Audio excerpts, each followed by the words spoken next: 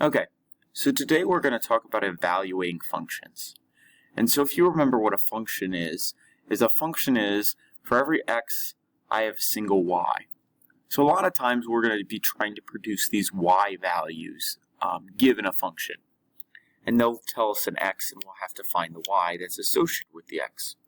So my function over here says take a number, which would be x, times it by 2, and then add 3.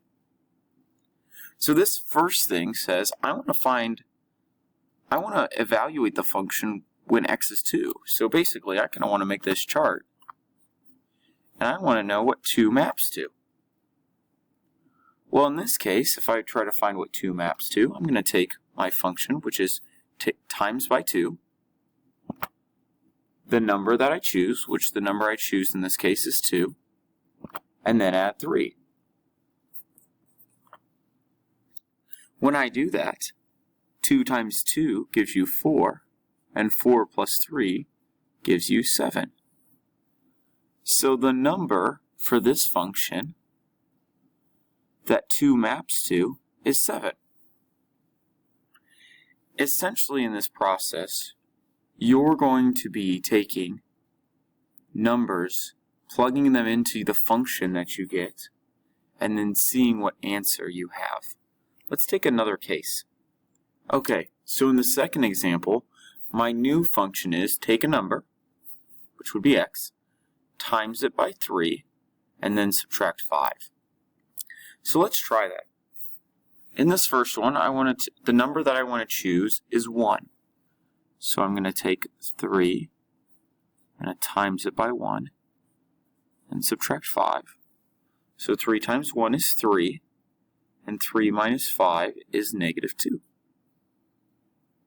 For the second one, I'm going to do the same thing. 3 times negative 1. So the number I pick is negative 1 for this one. Subtract 5. 3 times negative 1 is negative 3. Negative 3 minus 5 is negative 8. In this last case, I want to take 3 as my number. So I'll do 3 times 3 minus 5. 3 times 3 is 9. 9 minus 5 is 4. So again, this is how we kind of evaluate these functions. Let's look at another type of function that might be a little bit trickier. Okay, so in this one I have my function. My function this time has an absolute value. It doesn't change how we start this, so I'm going to take my function, and I'm going to plug in negative 7.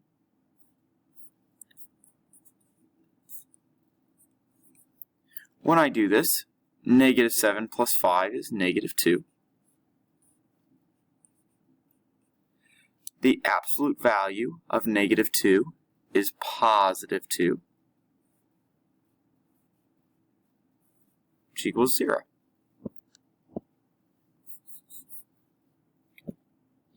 So again, you got to remember that when you do this inside part, you evaluate it, and then we want to use order of operations for these things. So do the inside part first, which is this. After you've done that, you should get a negative number. An absolute value makes it a positive number. And then we subtract and get 0. Let's try the second one. So again, my number that I pick is 2, so I'm going to plug in 2. 2 plus 5 gives me 7. The absolute value of 7 is 7. And my final answer should be 5. Okay. Remember, absolute values, if it's a negative number, it becomes positive. If it's a positive number, it stays positive. Let's look at our last two types of examples. Let's say we've been given this problem right here. Now this has a lot of parts. This, instead of having just one function, it has an f of x function and a g of x function. So it really has two functions that we're dealing with.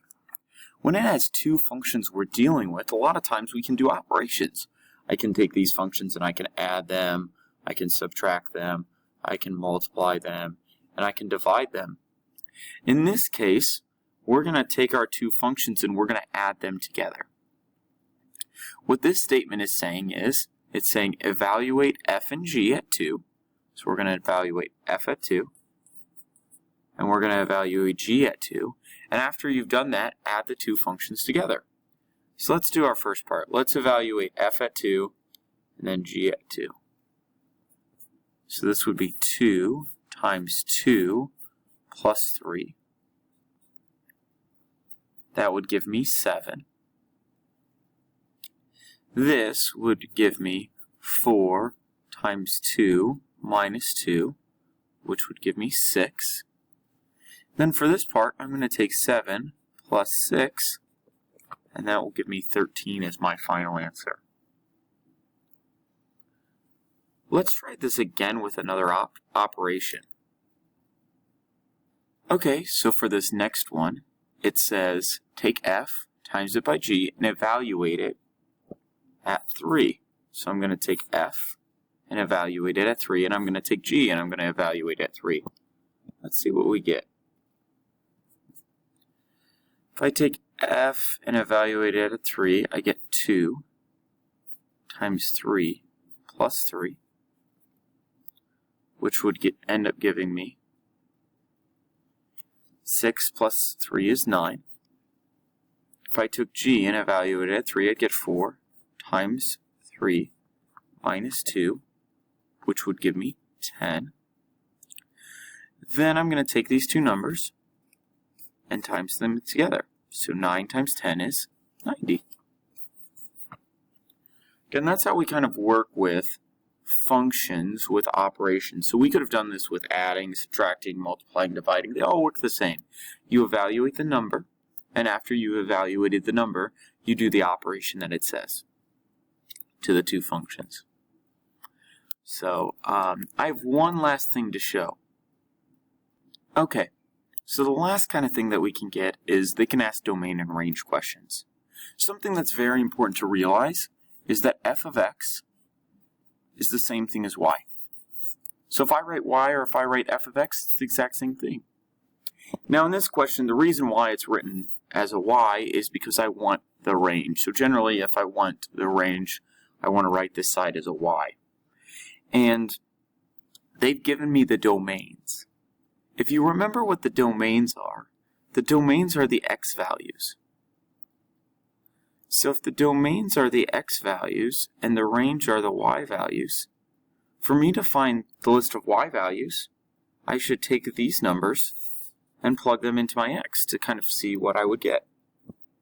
So let's do that. So the first one would be 3 times 1 minus 7, which would end up giving me negative 4, because 3 times 1 is 3. 3 minus 7 is negative 4. Do the same thing with this, plug that in, which would end up giving me 3 times 4 minus 7. 3 times 4 is 12. 12 minus 7 should give me 5. And on the last one, 3 times negative 5 minus 7, which should end up giving me, well, that's negative 15 minus 7 should give me negative 22. So now I found my three values, which were negative 4, 5, and negative 22. And after I find my three values, I can kind of write the range. And if you remember how the range was written, the range is a list. So my list would be negative 4, 5, negative 22. Remember, if you get more of the same number, we won't write the repeats in the list. So sometimes my x's will be mapped to a similar number in my y's, and I won't have to write as many values down. But that's the idea for today. A lot of today is taking numbers, plugging them in, and seeing what your answers are. Try it.